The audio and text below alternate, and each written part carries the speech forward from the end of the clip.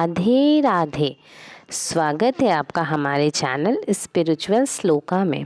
गोत्र प्रणाली हिंदू धर्म और समाज में वंश और कुल की पहचान करने की एक प्राचीन परंपरा है। यह प्रणाली व्यक्ति के पूर्वजों, विशेष रूप से सप्तऋषियों से जुड़ी है। गोत्र शब्द संस्कृत के गौ अर्थात गौ और त्र रक्षा करने वाले से बना है, जिसका अर्थ है गौ की रक्षा करने वाला कुल।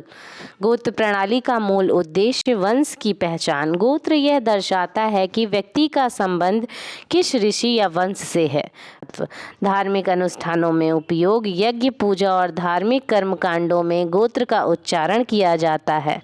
वंश वृक्ष का संरक्षण। गोत्र प्रणाली ने परिवारों को उनके पूर्वजों से जोड़ने का कार्य किया है। सामाजिक पहचान, यह समाज में व्यक्ति की पहचान और कुल की परंपरा को दर्शाता है।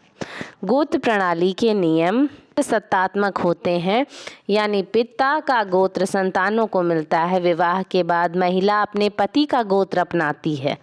गोत्र को जाति से जोड़ना नहीं सही है, यह केवल वंश की पहचान है। आधुनिक संदर्भ में गोत्र प्रणाली, आज के समय में गोत्र प्रणाली को कई लोग धार्मिक और सांस्कृतिक पहचान के रूप में देखते हैं। हालांकि समान गोत्र में विवाह के नियम और वैज्ञानिक दृष्टिकोण से भी सही ठहराया गया है। गलतफहमी, गोत्र जाति का प्रतीक है। इसकी सच्चाई, गोत्र का जात से कोई संबंध नहीं है। गोत्र केवल वंश या कुल की पहचान के लिए है जो सप्तऋषियों से जुड़ा है। एक ही जाति के लोग अलग अलग गोत्र से हो सकते हैं। गोत्र सिर्फ पुरुषों से जुड़ा है। इसकी सच्चाई, गोत्र पितृ सत्तात्मक प्रणाली पर आधारित है, यानी पिता का गोत्र संतानों को मिलता है। हालांकि विवाह के बाद महिलाएं अपने पति का गोत्र अपनाती हैं। यह परंपरा वंश को संरक्षित रखने के लिए बनाई गई थी, लेकिन इसका मतलब यह नहीं है कि महिलाओं का गोत्र महत्वहीन है। गलतफहमी, गोत्र केवल हिंदू धर्म। दूसरी गलतफहमी है गोत्र केवल हिंदू धर्म में है। इसकी सच्चाई, गोत्र प्रणाली मुख्य रूप से हिंदू धर्म से संबंधित है, लेकिन इसी तरह की वंश परंपराएं अन्य धर्मों और संस्कृतियों में भी मिलती है। उदाहरण के तौर पे यहूदी धर्म में भी वंश को माँ या पिता से जोड़ा जाता है। दूसरी गलतफहमी, समान गोत्र में विवाह हमेशा पाप है। समान गोत्र में विवाह का निषेध मुख्य रूप से आनुवंशिक कारणों से किया गया था। समान गोत्र के लोग एक ही वंश से संबंधित माने जाते हैं, जिससे रक्त संबंधित इनब्रीडिंग की संभावना होती है। लेकिन यदि गोत्र प्रणाली का पालन नहीं हो रहा है और रक्त संबंध ना हो तो विवाह को पाप नहीं माना जाता। गोत्र अस्थायी है और बदला नहीं जा सकता। गोत्र प्रणाली पारंपरिक रूप से अस्थायी है, लेकिन समय के साथ गोत्र में बदलाव के उदाहरण भी देखे गए हैं। कुछ लोग ने अपने गुरु या आश्रम के नाम पर गोत्र बदला। दूसरी गलतफहमी, गोत्र का कोई वैज्ञानिक आधार नहीं है। गोत्र प्रणाली का वैज्ञानिक आधार है। समान गोत्र में विवाह वर्जित करने का मुख्य कारण आनुवंशिक बीमारियों से बचाव है। यह प्रणाली मानव वंश और स्वास्थ्य विविध बनाए रखने में सहायक है। गोत्र केवल ब्राह्मणों के लिए है। गोत्र प्रणाली सभी जातियों और वर्गों के लिए है। हर व्यक्ति का गोत्र होता है, चाहे वह किसी भी जाति का हो।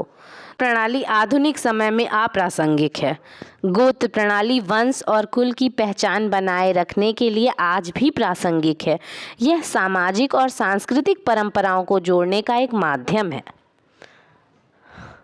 गोत्र और कुल देवता एक ही हैं। गोत्र और कुल देवता अलग अलग हैं। गोत्र वंश से संबंधित होता है, जबकि कुल देवता परिवार के आराध्य देवता हैं। गोत्र प्रणाली का उद्देश्य भेदभाव करना नहीं है, बल्कि वंश और रक्त संबंधों को संरक्षित रखना है।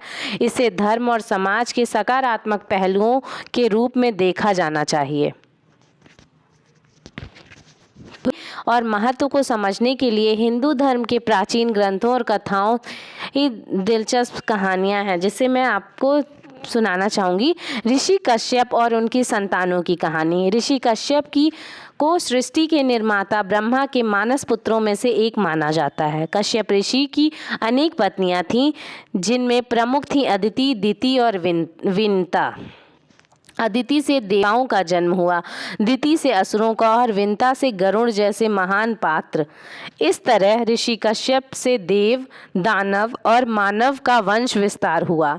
गोत्र प्रणाली कश्यप ऋषि के वंशजों को कश्यप गोत्र दिया गया। यह दर्शाता है कि गोत्र व्यक्ति के पूर्वजों से जुड़ा है। ऋषि वशिष्ठ और राजा विश्वामित्र की कथा। ऋषि वशिष्ठ अपने ज्ञान और तपस्या के लिए प्रसिद्ध हैं। एक बार राजा विश्वामित्र ने ऋषि वशिष्ठ के आश्रम में आकर उनकी दिव्य गाय कामधेनु को छीनने की कोशिश की। ऋषि वशिष्ठ ने अपनी तपस्या और शक्ति से राजा को पराजित किया। बाद में विश्वामित्र ने ऋषि वशिष्ठ से शिक्षा प्राप्त की और स्वयं ब्रह्मर्षि बन गए। गोत्र प्रणाली ऋषि वशिष्ठ और ऋषि विश्वामित्र दोनों के अलग अलग वंश थे, जो अपने ज्ञान और तपस्या की परंपरा को दर्शाते हैं। वशिष्ठ ऋषि गोत्र और विश्वामित्र ऋषि के गोत्र इन्हीं से जुड़े हैं। जमदग्नि और परशुराम की कहानी। ऋषि जमदग्नि अपने क्रोध और अनुशासन के लिए जाने जाते थे। उनकी पत्नी रेणुका थीं और उनके पुत्र परशुराम भगवान विष्णु के अवतार माने जाते हैं। एक बार क्षत्रियों ने उनके आश्रम पर आक्रमण किया और उनकी गाय छीन ली। परशुराम ने अपने पिता का प्रतिशोध लिया और अन्याय के खिलाफ लड़ाई लड़ी। गोत्र प्रणाली जमदग्नि गोत्र उन्हीं के वंशजों को दिया गया, जो उनके अनुशासन और तपस्या की विरासत को दर्शाते हैं। ऋषि भारद्वाज और उनके शिष्य की कथा। ऋषि भारद्वाज महान विद्वान और आयुर्वेद के ज्ञाता थे। एक बार उन्होंने अपने शिष्य को शिक्षा दी थी कि ज्ञान और तपस्या का उपयोग केवल मानव कल्याण के लिए करना चाहिए। उनके वंशजों ने उनके नाम पर भारद्वाज गोत्र को अपनाया और इसी ज्ञान और सेवा की पहचान बनाया। अत्रि ऋषि और माता अनसुईया की कथा। अत्रि ऋषि अपनी पत्नी माता अनसुईया के साथ तपस्या में लीन रहते थे। उनकी तपस्या से प्रसन्न होकर भगवान ब्रह्मा, विष्णु और महेश त्रिदेवों ने उनके पुत्र के रूप में दत्तात्रेय का अवतार लिया। यह कथा यह दर्शाती है कि गोत्र न केवल वंश बल्कि ईश्वर की कृपा का भी प्रतीक है। गोत्र प्रणाली अत्रि गोत्र उनके नाम से प्रचलित हुआ। समान गोत्र में विवाह की कहानी। राजा शांति कुमार और ऋषि के श्राप की कथा। राजा शांति कुमार ने अनजाने में समान गोत्र की महिला से विवाह कर लिया। इस पर ऋषि ने उन्हें श्राप दिया कि उनके वंश में कई पीढ़ियों तक संतान नहीं होगी। राजा ने तपस्या की और ऋषि से क्षमा मांगी था। समान गोत्र में विवाह के नियम और की पवित्रता और उनके वैज्ञानिक आधार को समझने मात्र के लिए सुनाई हूँ। गोत्र प्रणाली की पवित्रता को दर्शाने वाली शिक्षा, वंश की पहचान। हर व्यक्ति को अपने पूर्वजों को सम्मान करना चाहिए। विवाह के नियम। समान गोत्र में विवाह से जुड़े धार्मिक और वैज्ञानिक कारणों का पालन करना चाहिए।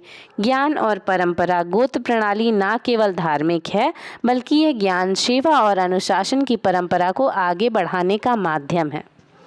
गोत्र और उसके इतिहास के बारे में जानते हैं। गोत्र क्या है, इसे जानने के लिए अपने परिवार से पूछें। ये वीडियो पसंद आया हो तो इसे लाइक करें, शेयर करें। अगर हमारे चैनल को सब्सक्राइब नहीं किया है तो सब्सक्राइब करना बिल्कुल ना भूलें। वीडियो में फिर मिलेंगे।